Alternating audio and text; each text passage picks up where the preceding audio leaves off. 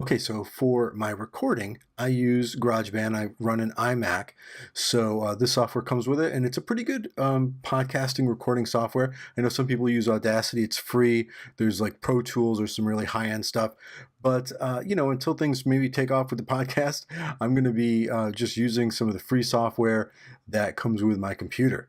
As you can see, I've also used a Snowball mic. It's right here with a pop filter.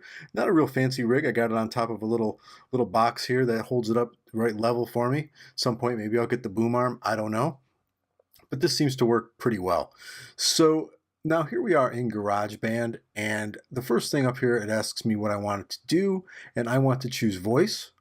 And then GarageBand opens up and I just get rid of these tracks until I'm left with the narration vocal. Now I did a custom patch and saved it so I sort of could get the way I like how it sounds. With the room I'm in, there's not a lot of noise cancellation in here. I need to get some of that, but I made my own vocal track or my own vocal settings using these controllers down here to sort of get my voice where I want it.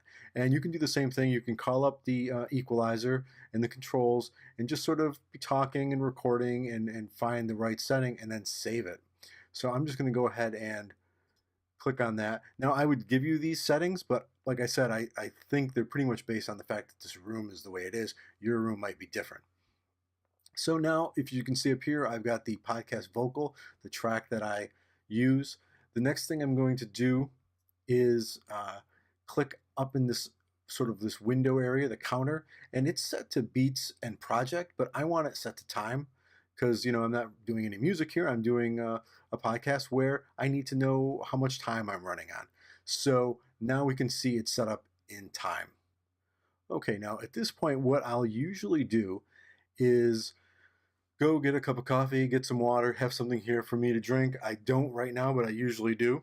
And while I'm sort of doing that, I'm taking the time to sort of familiarize myself again with some of the reading material.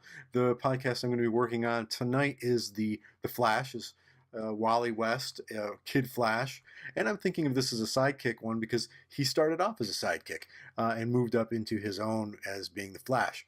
So I'll have some coffee. I'll look through my comics to get some more a little bit of a reference to what I'm going to be talking about.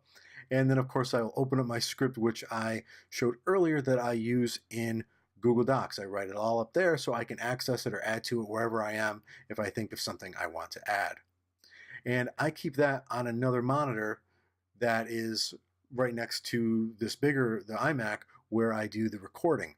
So I can just be reading off the script. Again, sometimes I riff on it, but when I write it very conversationally like I'm going to speak it.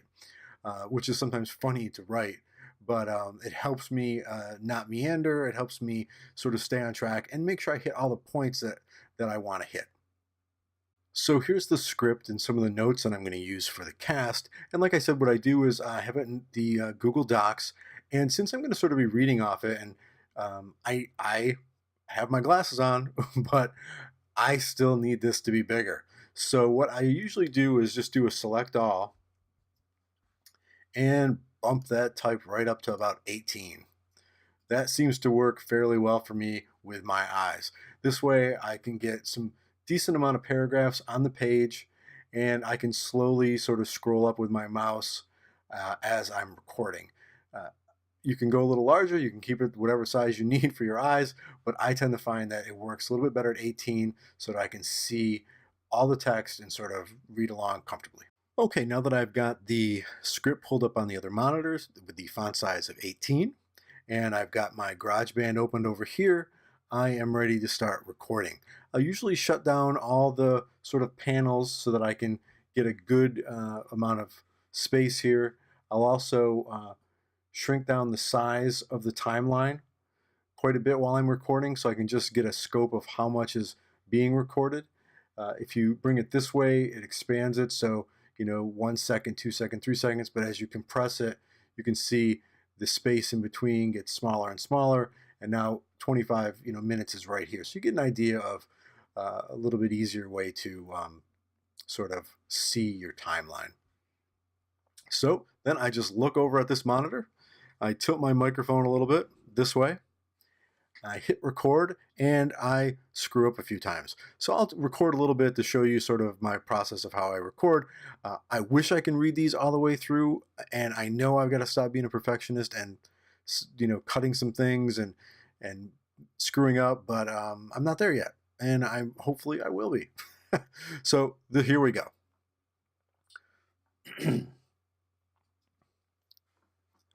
Hi. This week on the Heroes, Villains, and Sidekicks show, we'll be exploring the origin of our first sidekick, Wally West, the Kid Flash. Now, I know some of you might be saying, Wally's not a sidekick, he's the Flash. True, but he started as a sidekick to his mentor, Barry Allen, so I'm sticking to that.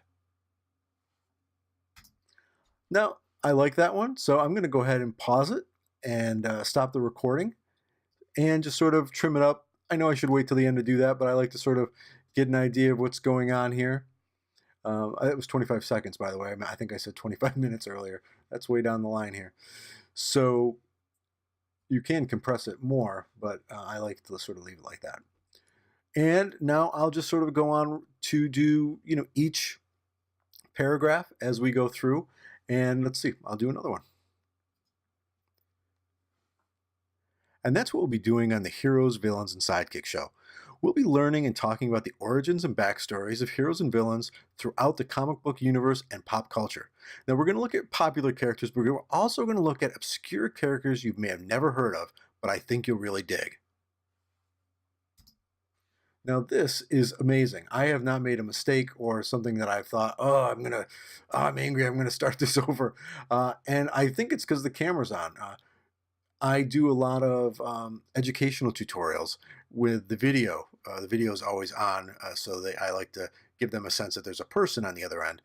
And I I don't usually make that many mistakes when I'm doing the video, so this is pretty interesting.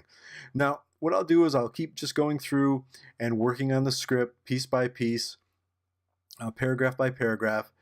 And then when I get to the end and I've recorded the entire script, what I do is I will cut out some of the spaces, like I showed you where I had some extra recording right here.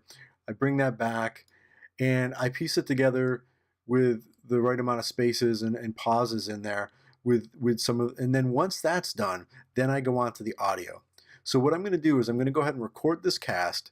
We'll come back and I'll show you how I put the music in, where I get it, how I choose it. And that way you can see how the music sort of intertwines with the podcast. After that, I usually record the ad for the sponsor and then put that in. So, the order might not be all that, correct, but it works for me. I know some people record all their ads and then sort of just drop them in. I like to record my ads on the fly.